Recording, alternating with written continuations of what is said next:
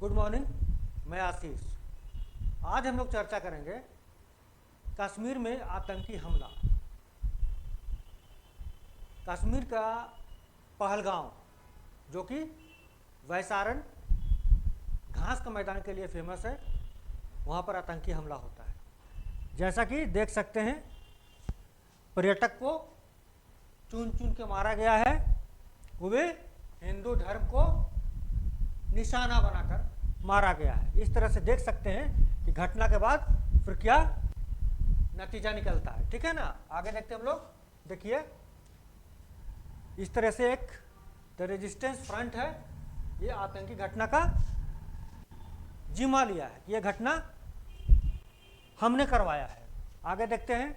देखिए, शुरुआत करते हैं घटना का विवरण। स्थान कहाँ है? पहलगांव, वैसारन घास का मैदान है, जम्मू कश्मीर। ये घटना घटा है। हमला हुआ, आतंकियों ने 40 पर्यटकों को घात लगाकर हमला किया। घात लगाकर मतलब क्या कि घेर कर इंतजार कर रहे थे कि पर्यटक आए घास के मैदान में और उनको हम मारेंगे। ठीक है, और केवल हिंदू पर्यटक को ही मारेंगे। गलती से अनजाने में किसी अन्य धर्म का पर्यटक मारे गए तो अलग बात है, लेकिन चुन चुन कर हिंदुओं को ही मारेंगे, ऐसा मंशा लेकर ये आतंकी आए थे। ये आतंकी, 4 आतंकी को आप देख सकते हैं, यही आतंकी आए थे मारने के लिए। हथियार, स्वचालित हथियार और राइफल का उपयोग किया गया था। ठीक है, पहचान के आधार पर चुनकर मतलब क्या? मतलब ये कि आपका हिंदू धर्म को चुन चुन कर मारा गया। बुला के बैठा दीजिए। घायल पर्यटक सेना के हेलीकॉप्टर से अस्पताल भेजे जा चुके हैं। क्लियर, कोई दिक्कत नहीं। आगे देखते हैं, यह हमला का जिम्मेदारी किसने लिया है? तो टीआरएफ ने लिया। टीआरएफ मतलब कि द रेजिस्टेंस फ्रंट। पहले मोटा मोटी जानकारी ले लेते हैं, फिर उसका एनालिसिस हम लोग करते हैं, है ना। टीआरएफ लिया है द रेजिस्टेंस फ्रंट, और इसका संगठन का संबंध किससे है? तो लश्कर तैयबा से है। ठीक है, लश्कर तैयबा से इसका संगठन का संबंध है। दावा यानी कि जो उग्रवादी, ये जो आतंकी संगठन है टीआरएफ, ये दावा करता है कि कश्मीर में जो जनसंख्या, हिंदुओं को जनसंख्या जो बढ़ रहा है, उस जनसंख्या, बढ़ती हुई जनसंख्या को वो विरोध करता है ना। ये डेमोग्राफी का विरोध कर रहा है, इसी कारण हमला किया है। यानी जो निवास प्रमाण के पत्र के जरिए जनसांख्यिकी में जो परिवर्तन किया जा रहा है, हिंदुओं को जो बढ़ावा दिया जा रहा है, घाटी में लाया जा रहा है, उसको वो विरोध कर रहा है। उद्देश्य गैर मुस्लिमों को डराकर बाहर निकाल देना। टीआरएफ का क्या उद्देश्य था कि गैर मुस्लिम यानी कि मुख्य रूप से हिंदू, उसको डरा धमकाकर कश्मीर से बाहर भगा देना। जैसे 90 के दशक में कश्मीरी पंडितों के जैसे के साथ इन्होंने जो किया था, बस बिल्कुल वही पैटर्न है, लेकिन इस बार कुछ अलग तरीका से, है ना। 90 के दशक में जो कश्मीरी पंडित के साथ जो घाटी में हुआ है, वो कश्मीरी पंडित ही जानते होंगे कि उनके साथ क्या हुआ है। बाकी लोग तो खैर बच बचाव करके बोलते हैं, खुलेआम बोलने का साहस देश में बहुत कमों के पास है। ठीक है, चलिए, ऐतिहासिक समानताएं। अगर ऐतिहासिक समानताएं देखें तो ये जो घटना घटा है, इसके पहले भी ऐसा घटना घट चुका है। यानी कि कब घटा है? 2000 में चिट्टी सिंहपुरा नरसंहार, 36 सिखों का हत्या किया गया था। उस समय क्लिंटन का दौरा था। अभी ध्यान रखिए, तभी उपराष्ट्रपति, अमेरिका का राष्ट्रपति, उपराष्ट्रपति आए हुए हैं अपने फैमिली के साथ। पूरा देश विदेश का मीडिया का ध्यान भारत पर है। आतंकी इसका फायदा उठाना चाहते थे कि ऐसा कुछ कारनामा कर दे कि पूरा देश विदेश में चर्चा का विषय हो जाए, क्योंकि पूरा मीडिया की नज़र भी भारत में है। अमेरिका का उपराष्ट्रपति भारत के यात्रा पर है। ठीक है, 2002 कालूचक हमला, 23 नागरिकों को मारा गया था और 10 बच्चे भी शामिल थे। उस समय भी अमेरिका के राजनयिक लोग भारत की यात्रा कर रहे थे। इस समय होता है कि पूरा विश्व का मीडिया का नज़र भारत पे रहता है, और इस समय अगर कारनामा करता है तो विश्व में चर्चा होगा। पैटर्न क्या है? तो वैश्विक ध्यान खींचने के लिए राजनयिक दौरों का दौरान हमला किया जाता है। ठीक है, अभी राजनयिक दौरा हो रहा है, उपराष्ट्रपति आए हैं, चर्चा का विषय है, मीडिया का नज़र है, अभी हमला किया, पूरा देश विदेश में चर्चा हुआ। समझे बातों को? इस तरह से क्या है, आप देख सकते हैं कि ये जो प्रीवियस घटना घटा है, पहले जो घटना घटा है, इसका पिक आप देख सकते हैं इस तरह से है। यानी कि अभी जो घटना घटा है 2025 में, इसके पहले 2000 में भी और 2002 में इसी पैटर्न पर घटना घटा था। हाँ, लेकिन इस बार हुआ क्या कि हिंदू के नाम पर, हिंदू धर्म के नाम पर उन्हें छाट कर उन्हें मारा गया है। और एक व्यक्ति जो अन्य धर्म से है, मुस्लिम धर्म से, उसे जो मारा गया है, उसे धर्म का आधार पर नहीं मारा गया है, या तो गलतफहमी में मार दिया गया, या तो कुछ कहा सुनी हो गया था, उसके लिए मारा गया। बहुत लोग कह रहे हैं कि बीच बचाव कर रहा था, लेकिन सब सुना सुनाया बात है। हो सकता गलतफहमी में भी उस मुसलमान को हिंदू समझ के मार दिया गया हो, कौन जाने, क्रॉस फायर में लग गया हो, कौन जाने, या हो सकता है कि बीच बचाव भी कर रहा हो, लेकिन एक मुसलमान का भी मौत हुआ है। लेकिन 26 हिंदुओं को धर्म का आधार पर चुन कर मारा गया है। यह बड़ा खतरनाक बात है। इसका प्रभाव क्या पड़ा? तो देखिए इसका प्रभाव क्या पड़ा। सबसे पहले जो हम लोग सुरक्षा पे असर, अनुच्छेद 370 के बाद जो हम लोग मानते थे, सरकार दावा करता था कि घाटी में अब शांति हो गया, 370 हटने के बाद आतंकी घटनाएं बंद हो जाएंगी, अब वहाँ कोई पत्थर क्या कंकर भी नहीं चला सकता है। ये घटना उन दावों पर चुनौती खड़ा करता है ना। पर्यटन पर असर होगा, ऑब्वियसली होगा पर्यटन पर असर। गर्मियों में टूरिज्म और स्थानीय रोजगार पर चोट, क्योंकि जो घाटी है, जो कश्मीर वैली है, वो तो पर्यटन स्थल है। वहाँ पर जो होटल है, घोड़े वाले हैं, खच्चर वाले हैं, और भी जो घुमाने फिराने वाले हैं, दुकानदार हैं, सबका रोजी रोटी पर्यटन पे ही चलता है। इस बार पर्यटकों को मारा गया है, चुन चुन के मारा गया है, हिंदू धर्म के आधार पर मारा गया है। अब पर्यटन वापस होने लगा, तब वो लोग का रोजगार, रोजी रोजगार पर आफत आने लगा। अब रैली कर निकाल रहे हैं और विरोध प्रदर्शन कर रहे हैं। क्यों? क्योंकि रोजगार पर चोट पड़ा है।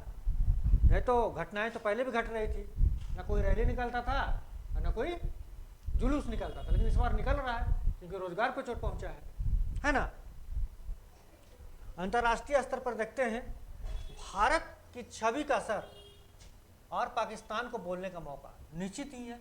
भारत जो अपना अंतर्राष्ट्रीय छवि बनाया हुआ था कि कश्मीर से 370 हटने के बाद सब कुछ शांति स्थापित हो गया है, आतंकी हमलाओं को कंट्रोल कर लिया भारत, इस पर चुनौती उत्पन्न हो गया, इन दावों पर चुनौती उत्पन्न हो गया।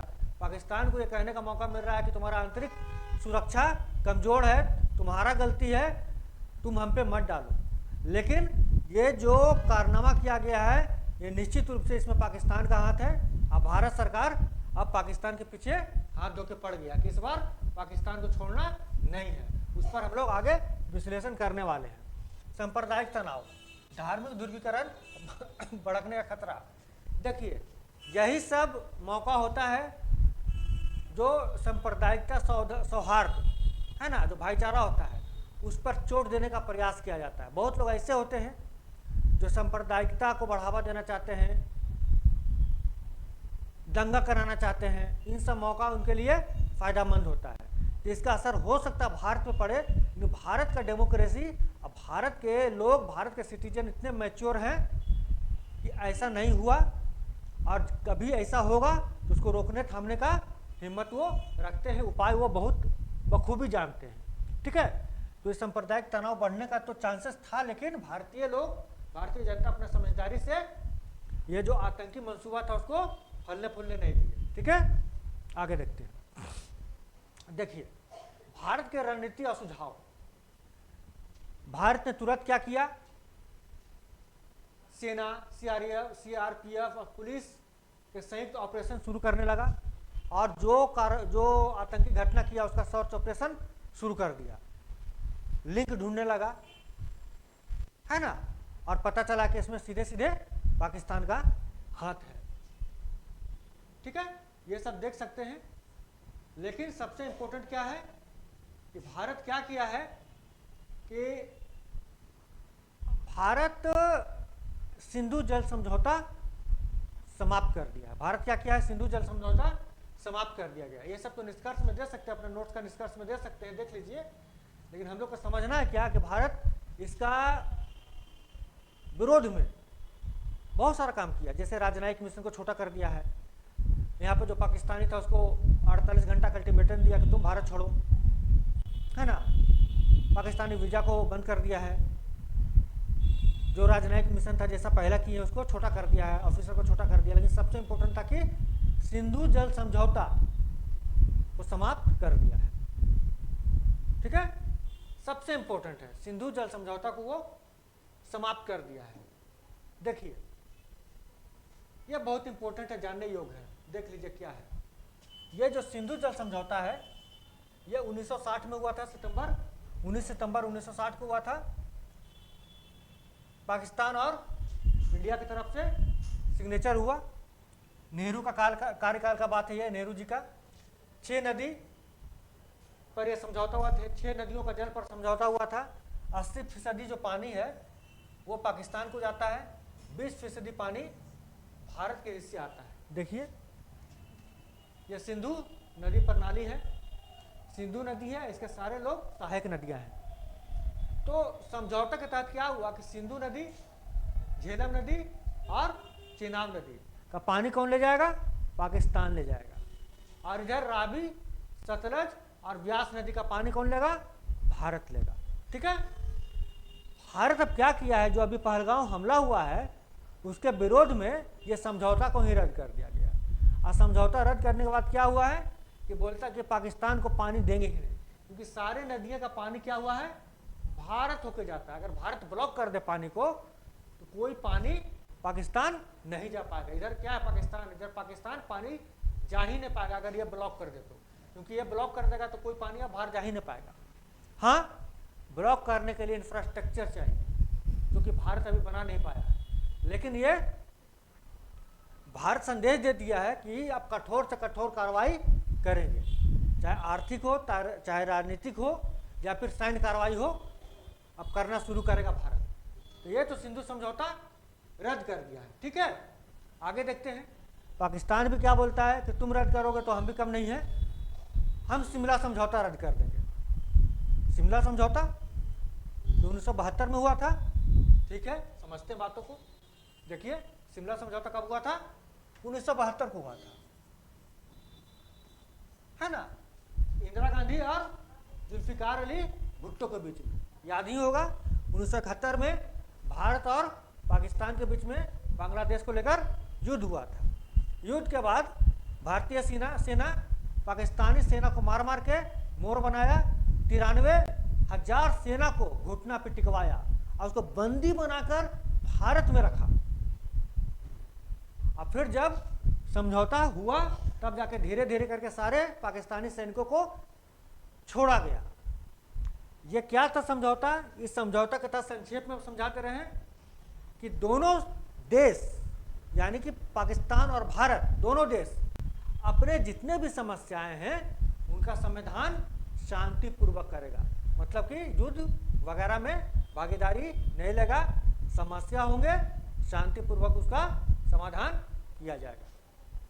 ठीक है, दूसरा था क्या, पहला था क्या, शांतिपूर्वक, है ना, समाधान। दूसरा था क्या, एलओसी। एलओसी बोलिए तो क्या, लाइन ऑफ कंट्रोल। इसका उल्लंघन दोनों देश नहीं करेंगे, इसका उल्लंघन नहीं करेंगे, है ना। मुख्य रूप से ये दो बात हुआ था। और भी बहुत सारा बात था कि राजनयिक को भेजेंगे हम लोग, एक दूसरे देश में राजनयिक को भेजेंगे, राजनीतिक संबंध अच्छा करेंगे, आर्थिक संबंध अच्छा करेंगे, परिवहन और संचार के साधनों को और बढ़ावा देंगे ताकि दोनों देशों के बीच में संपर्क बढ़े, नज़दीकियां बढ़े। लेकिन पाकिस्तान ऐसा कोई देश नहीं है जिसके साथ नज़दीकियां रखा जाए और संबंध सुधार कर रखा जाए। इसे सुबह शाम डोज का जरूरत है, जो कि भारत नहीं दे रहा था, और इसी का नतीजा है कि पहलगांव जैसा हमला होता है, पुलवामा जैसा हमला होता है। ठीक है, तो अब पाकिस्तान बोलता क्या कि शिमला समझौता को क्या करेंगे, हम रद्द कर देंगे, क्योंकि भारत ने सिंधु जल समझौता रद्द किया है। भारत के लिए बड़ा ही अच्छा अवसर है ये जो पाकिस्तान खुद उल्लंघन कर दिया, उल्लंघन क्या मतलब रद्द कर दिया, तो ये भारत के लिए अच्छा मौका है कि एलओसी को वो अब नहीं मान सकता, कि शिमला समझौता समाप्त हो गया तो एलओसी क्यों मानेंगे, हम नहीं मानेंगे एलओसी को, पाकिस्तान खुद ही रद्द किया है। तो भारत क्या कर सकता है, भारत आराम से चाहे तो अब भारत जो लाइन ऑफ कंट्रोल यहाँ पर है, एलओसी जो ऐसे है, एलओसी जो है इसको पार करके पीओके में घुस सकता है ना। शिमला समझौता के तहत रुका हुआ था, पाकिस्तान खुद ही नहीं मान रहा है, मत मानो, मेरे लिए बढ़िया, भारत अब सेना सीधे घुसा सकता है।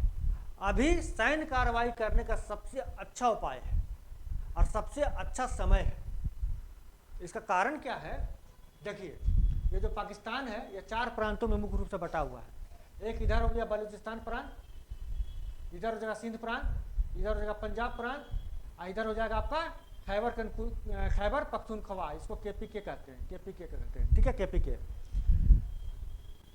देखिए बलूचिस्तान में बीएलए आर्मी जो है, बलूचिस्तान लिबरेशन आर्मी, ये पाकिस्तान सेना को रोज ठोक रहा है पाकिस्तानी सेना को, और अपने आप को एक आज़ाद मुल्क बनाना चाहता है, बलूचिस्तान नाम से आज़ाद करना चाहता है।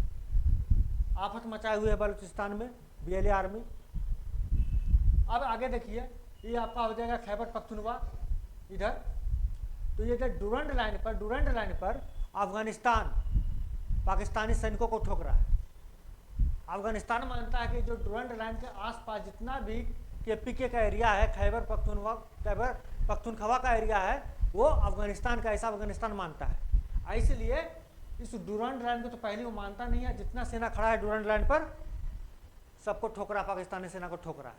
यानी पाकिस्तानी सेना यहाँ पर भी पूरी तरह से फंसा हुआ है, पाकिस्तानी सेना बलूचिस्तान में पूरी तरीके से फंसा हुआ है। अगर भारत चाहे तो पीओके पर आराम से, है ना, कहर बरपा सकता है। अब पीओके पर आराम से कहर बरपा के पीओके को सीधे कब्जा कर सकता है ना। लाइन ऑफ कंट्रोल को पार कीजिए, अब पीओके को कब्जा में कीजिए, क्योंकि कब तक आप बैठ के रहिएगा, इजराइल जैसा देश फिलिस्तीन का बैंड बजा दिया अकेले, लेबनान का बैंड बजा दिया अकेले, सीरिया का बैंड बजा दिया अकेले, है ना, यमन का हूथियों को बैंड बजा दिया अकेले, और ईरान का भी बैंड बजा रहा अकेले। इतना देश से वो अकेले पंगा ले रहा है, क्यों? अपना जमीन का, अपना नागरिकों का सुरक्षा के लिए। ये भारत और भारत सरकार का कर्तव्य है कि अपने नागरिकों की सुरक्षा के लिए अब सीधे कार्रवाई करे। ये सर्जिकल स्ट्राइक वाला हिसाब किताब अब नहीं चलना चाहिए। रात के अंधेरा में गए, आ गए, गोला बारूद बरसा के, पता ही नहीं, वो भी मानने से इनकार कर रहा है।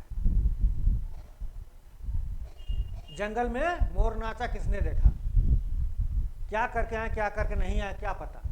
सीधे बॉर्डर पर पाकिस्तानी सेना को ठोकिए, तब समझ में आएगा इनको। दूसरी बात है कि भारत इसके सैन्य कार्रवाई की ओर बढ़ भी रहा है। जैसा कि अभी पता चला है कि आपका आईएनएस